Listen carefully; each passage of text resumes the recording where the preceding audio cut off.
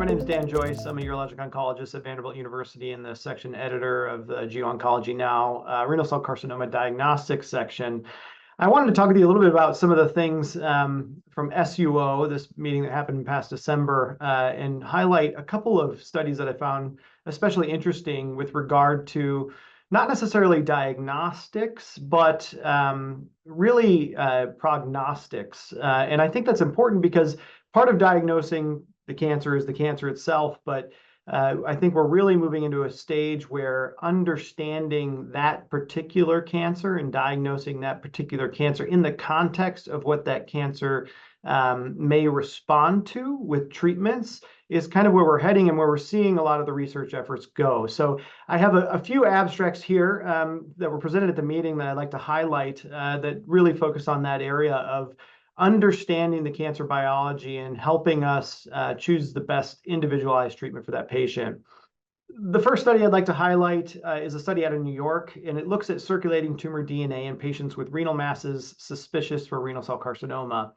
And what they did is they found a group of patients, 73 patients, that were going to undergo partial nephrectomy or radical nephrectomy, and they got their circulating tumor DNA before and after surgery. And this is a contemporary cohort from 2022 to 2023. They followed these patients for up to 9 months, so a decent follow-up period. And of the patients who had preoperative ctDNA, 62% of those had detectable ctDNA. Now, that means that there's a significant portion of these patients, 40% or so, who we think have RCC and actually don't shed DNA in their blood, and we don't see it. But 60% do. And then they tested those patients again after surgery, and of the postoperative ctDNA patients, they had 49 of those. 5 of those patients had detectable ctDNA after surgery. What's really interesting about the study is that of those 5, 4 of them had a metastatic recurrence. So that's 80% of those patients who had a detectable ctDNA after surgery had a recurrence. And that's super, super helpful to know because we're at a point now where adjuvant pembrolizumab, based on the KEYNOTE trial, is an option for a lot of patients. However, it may not be the right option for patients with a lower risk of recurrence. So ctDNA may be one of those areas where we could look at and help push us in the direction of adjuvant therapy when it's going to have the most benefit, for example, in those patients who we think are going to recur at a higher risk than others. This next study I really like for the simplicity and practicality of it. It was a study done out of Emory, and they looked at a point-of-care urinalysis in patients with renal cell carcinoma, and we're looking at whether that UA had a prognostic value. And their goal was to characterize the prevalence of abnormalities on that pre-op UA among patients that were then going to undergo surgery for their renal cell carcinoma. And then they looked at whether the presence of abnormalities on that UA impacted overall survival or cancer-specific survival. They had a really sizable number of patients, about 1,600 patients were included in this study, and they found that the presence of more than one abnormality on that pre-op UA was associated with worse overall survival and cancer-specific survival. And those hazard ratios for overall survival, 1.67, cancer-specific survival, 1.85. So not a pretty remarkable response if you had the abnormality on the UA as far as their outcomes from their cancer. The blood in the urine, protein in the urine, nitrates in the urine were all independently associated with worse overall survival. And then blood, protein, and nitrates and leukocyte esterase were all independently associated with worse cancer-specific survival. So this is a really interesting study that takes a lab value that we're getting. Part of guideline care is to get a UA when we see a renal mass. And so we're going to have this information available to us, and understanding what these abnormalities mean really might help us counsel our patients better and also understand their risks going forward as we try to make decisions on adjuvant treatments and subsequent treatments downline. Next up is a study that's done by the group in Michigan, and they looked at patient-derived renal cell cancer organoids as a model to assess therapeutic targets and treatment-resistant mechanisms. So organoids, these are pretty fascinating technology that I think is really going to be a game changer as far as individualized medicine in cancer treatment as we go forward. What a patient-derived organoid is that they're basically taking cells, both normal cells and cancer cells from the patient, and they're growing these cells to replicate the patient's in situ cancer. And they're doing it in a three-dimensional way. So these aren't just cell lines, they are actually growing in a three-dimensional way so we can understand the histologic, genomic, transcriptomic landscape of these tumors that are in patients. And the advantage of doing that in a lab and growing it in a lab in 3 dimensions is that they can then test treatments on that cancer very quickly, and they can do a large number of treatments. So in this study, they actually tested the responses to 26 clinically available drugs in renal cell carcinoma. Now, this is a small amount of patients. I don't think there's anything from this data right now that's going to be directly put into practice.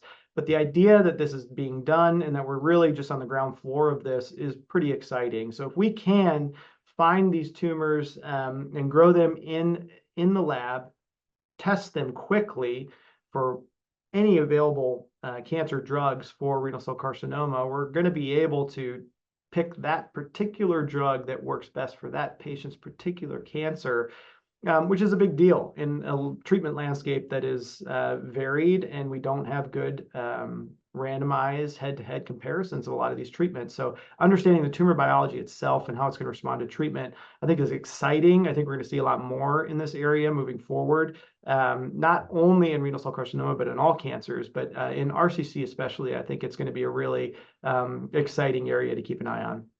This next study looks at advanced imaging, specifically PSMA expression, which is, for a lot of us, I think, a really exciting area in renal cell carcinoma. We all know PSMA in the prostate cancer setting has just exploded, and the utility of that has been pretty profound, especially in the past few years.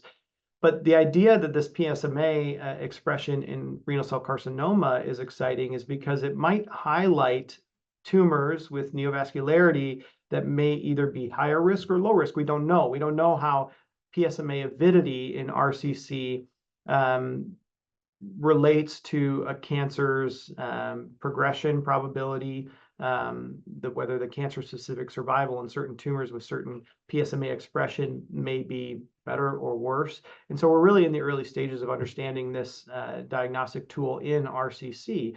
And this study did just that. It took 506 tissue samples that were used to construct two tissue microarrays from 46 patients. And they matched these patients, and they're all clear cell, into 2 cohorts. They had 26 patients who developed metastatic progression with a median follow-up of 7 years, and then 20 patients had no progression with a median follow-up of 11 years. Interestingly, the PSMA expression was really heterogeneous throughout these tumors. And they did notice that the expression was higher in benign renal tissue rather than the renal cell carcinoma tissues.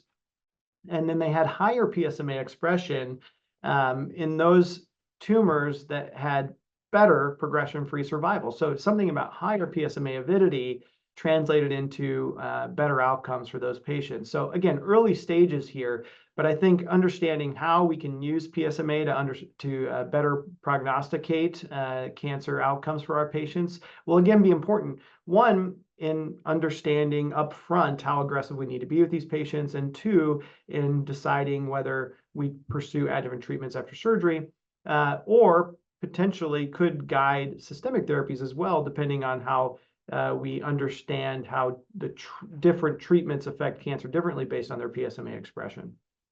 Finally is a study out of the Mayo Clinic that looked at oncological outcomes of radical nephrectomy with venous thrombectomy for renal cell carcinoma, and they developed a recurrence risk calculator for these patients. This is a nice study because it's a really large, well-validated data set coming out of Mayo with 532 thrombus patients. 52% of these were level 0 thrombus, 12% level 1, 21% level 2, 6% level 3, and then 7% level 4. So a wide array of thrombus levels in this cohort that's, I think, really important and often tough to study given the rarity of the disease. And they found that the 5-year metastasis-free survival among these patients were anywhere from 30% to 50%, depending on the thrombus level. Obviously, level 0 thrombuses, so this is just in the renal vein, their probability of metastasis-free survival was much higher at 51.2%. Interestingly, level 3 and level 4 thrombuses, so this is up at the hepatic veins or above the diaphragm, were about the same, around 30%, and that was pretty similar to level 2 thrombuses also. The big question here is, should we be giving all of these patients who undergo a nephrectomy and IVC thrombectomy adjuvant therapy? And based on the trial criteria for adjuvant pembro, they would all qualify because of their tumor stage status. But what the group here at Mayo did is they developed a nomogram that helps divide patients into low, intermediate, and high-risk groups for metastasis. And the 5-year risk of metastasis in each of those groups was 30% for low risk, 60% for intermediate risk, 80% for high risk. And they found on their decision curve analysis that a significant net benefit favored using the nomogram over a treat everybody strategy when adjuvant therapy treatment thresholds were over 30% metastasis risk, so anybody in that intermediate or high risk. And I think it's nice to have more tools like this that we can use specifically in this population, because we don't really have nomograms right now specifically for the thrombus population, in understanding who is going to benefit most from adjuvant therapy and who we can avoid sparing the negative toxicities that come from that treatment when it's not going to be beneficial.